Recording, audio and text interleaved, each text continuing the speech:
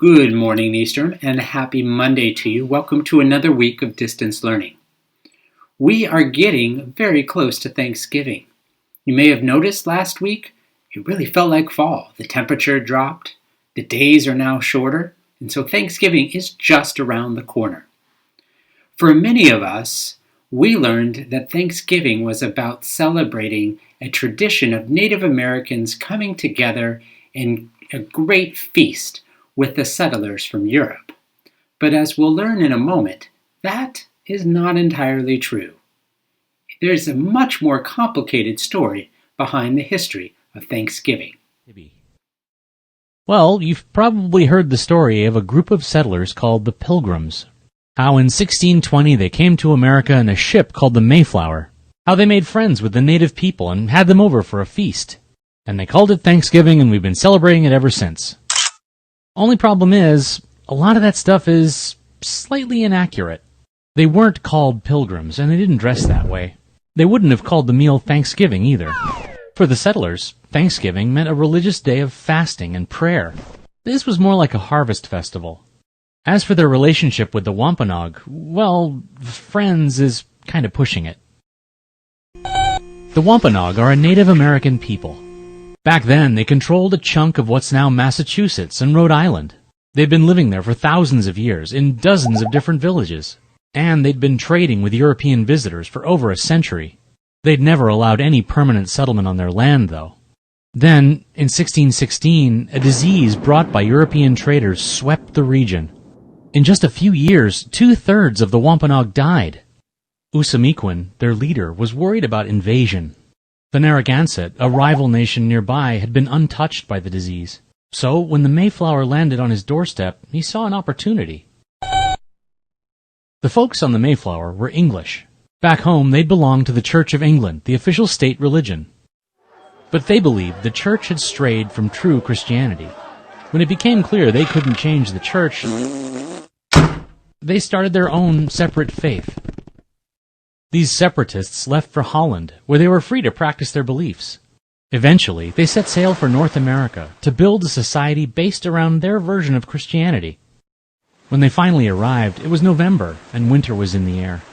About 100 people stepped on shore, weak and sick from a difficult journey. They were totally unprepared for the harsh weather and the challenges of their new life. Low on food, they stole from Wampanoag stockpiles, and they robbed graves, taking jewelry and other valuables. By midwinter, people were dying every day of starvation and illness. Like the Wampanoag, the settlers feared their weakness would invite attack. So they took drastic steps to hide it. They dragged the sick from their beds, propping them against trees with guns in their hands. And they buried their dead at night. Only half of them survived the winter. One day that March, a native man walked into the settlers' camp. This was Samoset, a leader from Maine who was staying with the Wampanoag. To the settlers' astonishment, he said, "Welcome, Englishmen." He'd been sent by the Wampanoag to arrange a meeting with the newcomers. A few days later, Usamiquin stopped by, along with a little security. Both groups were suspicious of the other. They exchanged hostages so that neither side would pull any tricks. Only then did John Carver, the governor of Plymouth, sit down with Usamiquin. He called Usamiquin by his title, Massasoit, which means great leader. They shared a ceremonial drink and agreed to terms. They would always meet in peace, and they would defend each other from attack. The treaty saved Plymouth. Usamiquin sent an English-speaking man named Tisquantum to stay with the settlers. The English called him Squanto, and he taught them how to survive. He showed them how to plant crops that would thrive, and how to use fish as fertilizer. Tisquantum had actually grown up right there. Before the town became Plymouth, the Wampanoag called it Pawtuxet. It was one of the villages that had been wiped out by disease. The separatists chose the dead village as the site of their settlement. The hard work of clearing the land had already been done by Tisquantum's people. And thanks to his help, Plymouth had a bountiful harvest to celebrate in the fall of 1621. Well, the settlers didn't send out formal invitations. The Wampanoag heard gunfire coming from Plymouth. Were the settlers attacking or being attacked? Usamiquin brought 90 men to find out. They found that the settlers were shooting off guns to celebrate the harvest. Usamequin decided they would join the feast and maybe keep an eye on things, although there wasn't quite enough food for 90 unexpected guests. So the Wampanoag went out hunting and brought back some deer. The eating, drinking, and celebrating went on for 3 days, and the alliance between the two groups would last almost half a century. Right, so how come we're celebrating this meal 4 centuries later? Well, in 1863, Abraham Lincoln established Thanksgiving as a national holiday. He thought it might help unite the nation during the Civil War. Most of the Thanksgiving traditions we have today came from that time.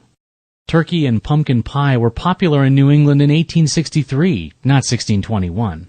And those buckled hats? 19th century artists made them up. They thought it made the so-called Pilgrims look old-timey, and the tale of their struggle made a perfect national myth. An inspiring story about a country's values and history. The settlers were cast as the first Americans, boldly taming a wilderness, even in the midst of great hardship, taking time to give thanks for what they had.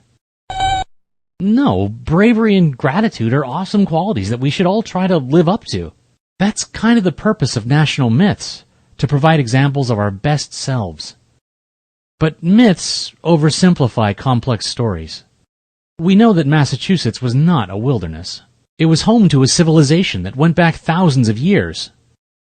And Plymouth's founding was a dark turning point for those people. They were pushed off their land and had to adapt to a different way of life to survive.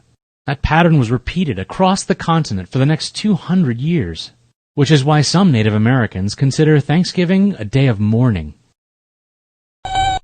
For those of us who do celebrate, we can honor that perspective. Taking time to consider it wouldn't be a bad addition to your list of Thanksgiving traditions, even if it's a little heavier than watching football, hanging out with friends, and...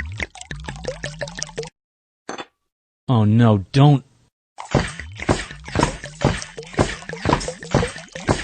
do that.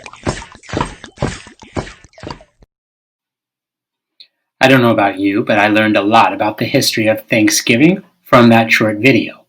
And it's not to say that Thanksgiving is a bad holiday to celebrate. Quite to the contrary. It is a beautiful chance for us to give pause and take a moment and give thanks for all the things we have to be thankful for. However, it is important to know the whole history behind it, because it's not as we are often taught it when we're young. Anyway, today's riddle. Why did the turkey cross the road? That is it for today. Remember those 4 B's. Be responsible, be respectful, be safe, and be honest. Have a great day or not. The choice is yours.